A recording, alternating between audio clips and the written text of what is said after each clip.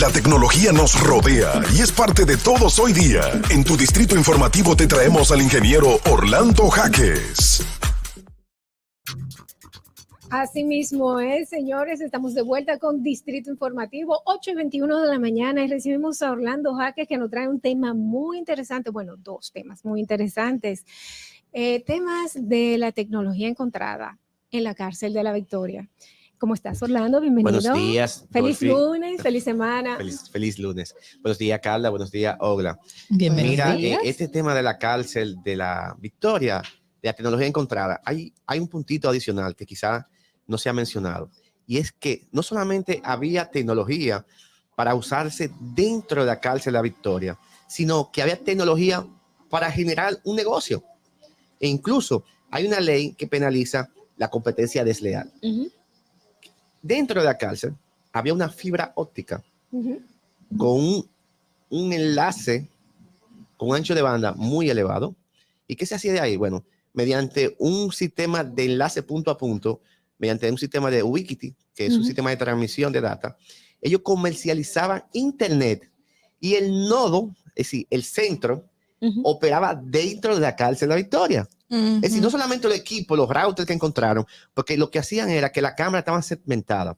Habían cámaras que eran cámaras IP que se conectaban directamente hacia la nube, pero otras cámaras eran cableadas, sí, con cable. O sea, tuvo que haber una infraestructura preparada para que eso pase. Oye, un tiempo para instalar eso. Exacto. Y se veían. No eran cámaras spy, ¿no? Todas no eran spy, habían algunas que eran discretas, pero algunas no eran discretas, eran cámaras que se veían desde que usted llegaba. O sea, que fue una persona, una autoridad que cuando tú ves la cámara, tú entiendes todo que esto. eso es una cámara que del el centro sistema penitenciario pero no, Qué las cámaras eran operadas por presos, y no solamente, no era que cada preso tenía su propia cámara, había como si fuera un centro del conjunto que era que manejaba la cámara, e incluso habían presos que están penados de libertad por el asunto de fraude electrónico. Delito electrónico. Y lo raro es que, mira, date cuenta de algo. Tú hacías un enlace punto a punto. ¿Quién comercializaba el Internet afuera? ¿Quién lo comercializaba? ¿Quién lo comercializaba?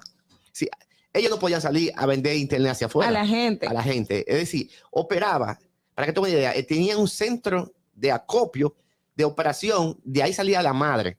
Entonces hacían enlace punto a punto. ¿Quién ponía la antena hacia afuera? Era una empresa, operaba dentro. Es decir, no solamente eran los routers, la cámara. No era que se conectaban los vecinos al Wi-Fi, sino que había, según la información que yo manejo, un enlace de Ubiquiti que salía desde la cárcel de Victoria. ¿Qué es un enlace de Ubiquiti? Ubiquiti es una marca que es muy conocido en el asunto de las telecomunicaciones. Tú tienes una antena de este lado, y entonces te pongo una antena en tu casa, y yo tengo un centro de acopio, un centro de internet aquí, donde me llega el gran ancho de banda. Entonces yo te mando una parte de internet. Eso no son como lo de los famosos wiferos, sería como algo parecido a ellos. Los wiferos. Que son la gente que le compran el internet a una compañía. Sí. Bueno, yo estuve fuera de la ciudad, y en los sitios, bueno, estaba en una montaña el día pasado haciendo un trabajo, y en los sitios donde los prestadores de servicios no llegan, no sabía que se llama wifero. Eso mismo. Así le dicen despectivamente. Internet. Claro, al final tú sabes que, por ejemplo, en la montaña y eso, por asunto de la geografía, del clima, se puede transmitir en ruido. Pero mira, y cambiando radicalmente el punto, los aeropuertos son los lugares más seguros del mundo. Del mundo. ¿Por qué? Porque ellos tienen que controlar explosivos, drogas, bla, bla, un sinnúmero de cosas. Me da mucha pena cuando tú hablabas, Adolfo, ahorita, que tú decías que tuvieron que quitar la ropa a una niña. Cónchale, a una bebé. Todos los que hemos viajado nos hemos dado cuenta que nunca nos han quitado la ropa. Incluso, aun cuando nos meten para el famoso cuartito ese, nunca nos han quitado la ropa. Hay que revisar. ¿Por qué? Porque existen tecnologías que permiten detectar de rayo X que usted puede ver sin tener que quitar la ropa a una gente. Entonces, mi pregunta es la siguiente. Bueno, se habla de muchísimas cosas aquí en el país. ¿Por qué nos abrimos a la tecnología en este caso? Hubo un proyecto, porque también hay algo. Ok, entraron los teléfonos. ¿Quién lo entró? Entraron los routers. ¿Quién lo entró? Pero vamos a ver. Algo está pasando. Pero hay un proyecto que se llama Jammer o inhibidores de señal. Que yo tengo entendido que se pusieron los jammers. Y mismo Orlando dijo aquí. Déjame decirte qué pasó con eso. y todo. Mira, la Cámara de Diputados, la Cámara de Senado, bueno, el mismo presidente de turno en ese momento aprobó, creo que fue, no recuerdo si fue 100 millones para la instalación de su equipo. ¿Pero qué pasó? Bueno, algo público, ¿no? Bueno, salió en primera plana. Sí. Se resolvió el problema en la cárcel. Fue en la cárcel de Vamos a empezar con el 15 de ASUA, con un piloto, para ver cómo se hace, no sé. Y pues, instalaron 10 jammers en diferentes sitios. A los 2 años hubo un problema. Cuando fueron, los jammers, ¿dónde están? Se generaron una llamada que hubo un asesinato. La mayoría de crímenes muy bien planificados, son grandes crímenes, salen de la cárcel. Claro, siempre hay involucrado en la cárcel. Tenemos una pequeña llamada aquí. Vamos a ver quién es que se quiere comunicar contigo, Orlando. Bien, buenas. Buenas. Buenos días, buenos días. Buenos Buenos días. días. Muchas Marilyn. bendiciones. Bendiciones. Marilyn, Marilyn. desde la zona universitaria. ¿Cómo estás, Marilyn? Yo le dije, muy bien, ustedes, chicas, hermosas, todas, y madrugadoras y trabajadoras. Yo dije que le tenía una serie de preguntas al caballero. Va la segunda, la semana pasada le hice una. Y es la pandemia y educación con la tecnología. La pandemia vino a descubrir que la tecnología no simplemente era para enviar mensajes y buscar algún tipo de información o qué sé yo, chatear. También vino a ser importante. ¿Qué usted diría si no hubiese existido la tecnología en esta pandemia y la educación? Porque sabíamos que habían algunas instituciones que dan servicio, ¿verdad?, escolar, que funcionaba lo que es la virtualidad. Online daban clases y algunas universidades, pero ahora vino a ser un refuerzo para el estudiantado y también quizá alguna deficiencia porque no todo el mundo sabe el manejo. Pero ¿qué usted diría?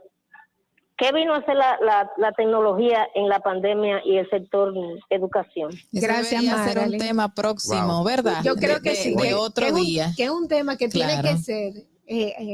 Tremenda pregunta. Y mira, le voy a responder para seguir con el tema. Ajá. Mira, tú sabes, cuando ella hace ese comentario, a mí me apasiona mucho, porque en el año 2005 yo concluí una maestría fuera del país. Y mi tema fue exactamente eso, desarrollar un sistema de educación a distancia. Cuando eso prácticamente no existía, incluso la misma universidad no tenían eso. Cuando llega la pandemia, yo desarrollo un equipo. Porque hay algo interesante. La gente se queda, hay un grupo de personas que están excluidos del asunto de la virtualidad, porque no tienen acceso a la data, por asuntos geográficos, por muchísimos asuntos. Entonces, bueno, es un tema un poco que quizás podemos traer otro día, pero yo desarrollé un equipo que podía resolver ese problema. Pero tú no tienes que hablar de eso después. Claro. Entonces, mira, hablaba de los jammers.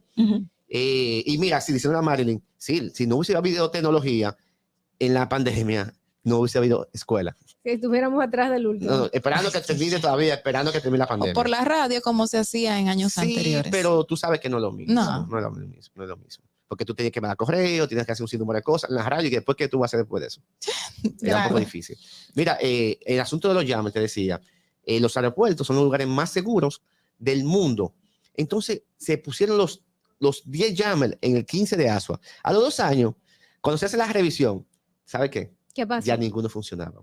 Algunos se habían desaparecido, lo desaparecieron, porque el jammer lo que hace es que hacen una generación de una onda mediante un ruido con algunas antenas y trabaja en la frecuencia dependiendo del operador o el tipo de voz o de data. Pero era que no se le daba seguimiento. No se le daba seguimiento, ¿verdad? Lo pusieron ya. Exacto. Una pregunta, ¿lo pusieron en lugares donde se sabía dónde estaban los jammers o eran lugares secretos que mira, al final se van a ver los jammers. Es un equipo que se puede ver, pero tú tienes que crear las condiciones para que ese equipo no pueda ser movido. E incluso ahí sí funcionaría la cámara, porque tú tienes que tener un sistema de cámara segmentada, como se dice en tela de araña, que cualquiera que pase cerca de ese jammer, que intente hacer un tipo de actividades no gratas a ese jammer, quede captado en ese momento. ¿Y qué tan lejos puede estar un jammer de de un edificio para Mira, que eso es funcione. un tema, porque dependiendo del tipo de jammer, la potencia que genere, porque también puede ser un problema. Pero 100 millones en jammer tiene que ser No, tremendo pero no se jammer. gastan los 100 millones, solamente se pusieron 10 jammers. Se aprobaron 100 millones, pero no se gastan 100 millones.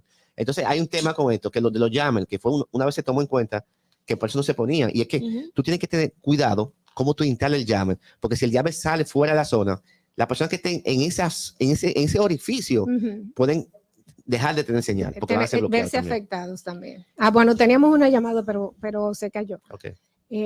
También tenías otra información acerca de la tecnología en sí que fue encontrada dentro de la cárcel. Sí, mira, ahí lo que operaba era un sistema de segmentación de router. ¿Y por qué los presos tienen control de la vigilancia de la cárcel para saber quién entra en vez de ser al Exacto, revés? que Es un secreto a voces que todos sabemos. Tú sabes que en las diferentes cárceles del país se disputan muchas cosas.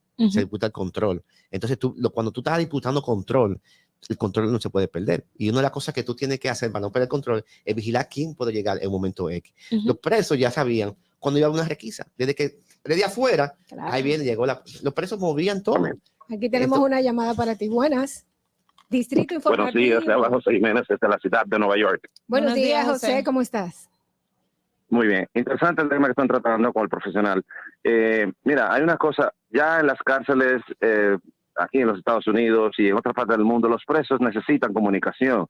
O sea, aparte de los jammers, yo creo que una manera es también de darle un medio de acceso, permitirle llamadas. Yo no creo que haya teléfonos públicos en las cárceles. Yo no creo que, no sé si ellos tienen computadoras, porque los presos de Estados Unidos tienen comunicación. Tú puedes enviarle un email, pero este email y estas llamadas son verificadas por las autoridades, por supuesto. Entonces, si ellos ya tienen manera de comunicación, cada vez van a reducir esa cosa de meter teléfonos escondidos dentro de las cárceles. Yo entiendo que, aparte de los jammers, deberían darle también facilidades de comunicación dentro de las cárceles. Gracias, José. Excelente comentario, José. Incluso lo tengo aquí en mi apunte. Y eso mismo, en la cárcel, no solamente de Estados Unidos, sino de los países desarrollados, existe un sistema de comunicación vigilado, se llama. Es decir, todo lo que usted hable es una logística completa. Es una llamada programada para los presos, porque los presos son privados de libertad, pero no de comunicación. Exacto. Entonces, es como si fuera una cuota de llamadas que tiene ese preso durante X tiempo, y son llamadas vigiladas. Todo lo que entra, todo lo que se habla o todo lo que recibe, queda grabado todo. Incluso hay un sistema de inteligencia artificial que usted reconoce por palabra, perdón. Si en un momento, dentro de la palabra clave, que usted hable en código, existe algo, usted automáticamente, esa llamada genera una alerta para que no sea, es como que cuando te hace una llamada a un centro de telecomunicaciones, que queda la llamada grabada, en este caso, para que la llamada en línea genere una alerta para ver qué están hablando en ese momento. Y entonces tienen una cuota los presos. Pero ¿qué pasa? Los jammers solamente son para bloquear la señal wireless, la señal inalámbricas, pero la señal de línea no se va a bloquear nunca. Entonces, en este caso, sí, yo estoy totalmente de acuerdo. Como operan los diferentes cárceles de los países desarrollados del mundo, yo creo que también deberíamos implementar eso, pero necesitamos, yo entiendo que se acabe la complicidad entre la autoridad y los presos, porque los jammers, estamos seguros que no fue los routers, los jammers que pusieron en Asua. ¿Quién fue a dañarlos? Bueno, incluso habían jammers dañados y otros jammers que no operaban. Y otros que se habían desaparecido. No ¿quién lo movió? Otra cosa también, Orlando, que hablabas de, y volviendo al tema de la tecnología, hay quienes dicen que la infraestructura que había ahí no la hay en cualquier otro espacio, es decir, que los equipos, la inversión que se pudo hacer en esto, no lo tiene cualquier institución o cualquier entidad para el tema del manejo de tecnología. Mira, ¿qué tan cierto es? De la cámara que encontraron, había cámaras análogas, pero hay una gran cantidad de cámaras IP con detención de movimiento, con sistema de alerta. Incluso alguien que fue de lo que movió el equipo me dijo que habían cámaras con micrófono instalado, cámaras específicas que podían escuchar a una gran distancia, y esa cámara vale un dinerito muy cómodo. Es decir, cuando estamos hablando de un dinerito muy cómodo, más o menos. Normalmente una cámara, ¿cuánto puede valer una cámara? Qué sé yo, 500 pesos, algo así. Y estamos hablando de cámaras que podían valer hasta $2,000. Wow. Una cámara. Una sola cuando tú cámara. invertes $2,000 en una cámara, es porque tú estás seguro que no te la van a quitar. Wow. Entonces alguien se estaba Estamos hablando beneficiando de eso. de ahí. mucho dinero. Sí. Entonces, habían cámaras, la mayoría eran cámaras no tan caras, pero había unas cuantas cámaras que eran la cámara que ellos necesitaban tener control absoluto de esas áreas, donde tenían micrófonos que tomaban la señal a una larga distancia. Entonces, habían cámaras muy caras. No, eran la minoría, pero sí habían cámaras muy caras. Bueno. Entonces, cuando tú logras poner cámaras muy caras, es que tú estás seguro que no te la van a quitar. Sí, porque tú no haces una inversión de esa... No, Yo de esa no naturaleza. no compro algo que yo sé de mucho valor si yo sé que me lo pueden robar o que me lo pueden quitar. O sea que la lógica está ahí. Bueno, Orlando, muchísimas gracias por sacar el tiempo, como siempre, para venirnos a poner al día con la tecnología en Distrito Informativo. Son las 8:36. Usted quédese con nosotros que aún tenemos mucho más contenido para usted. Distrito Informativo.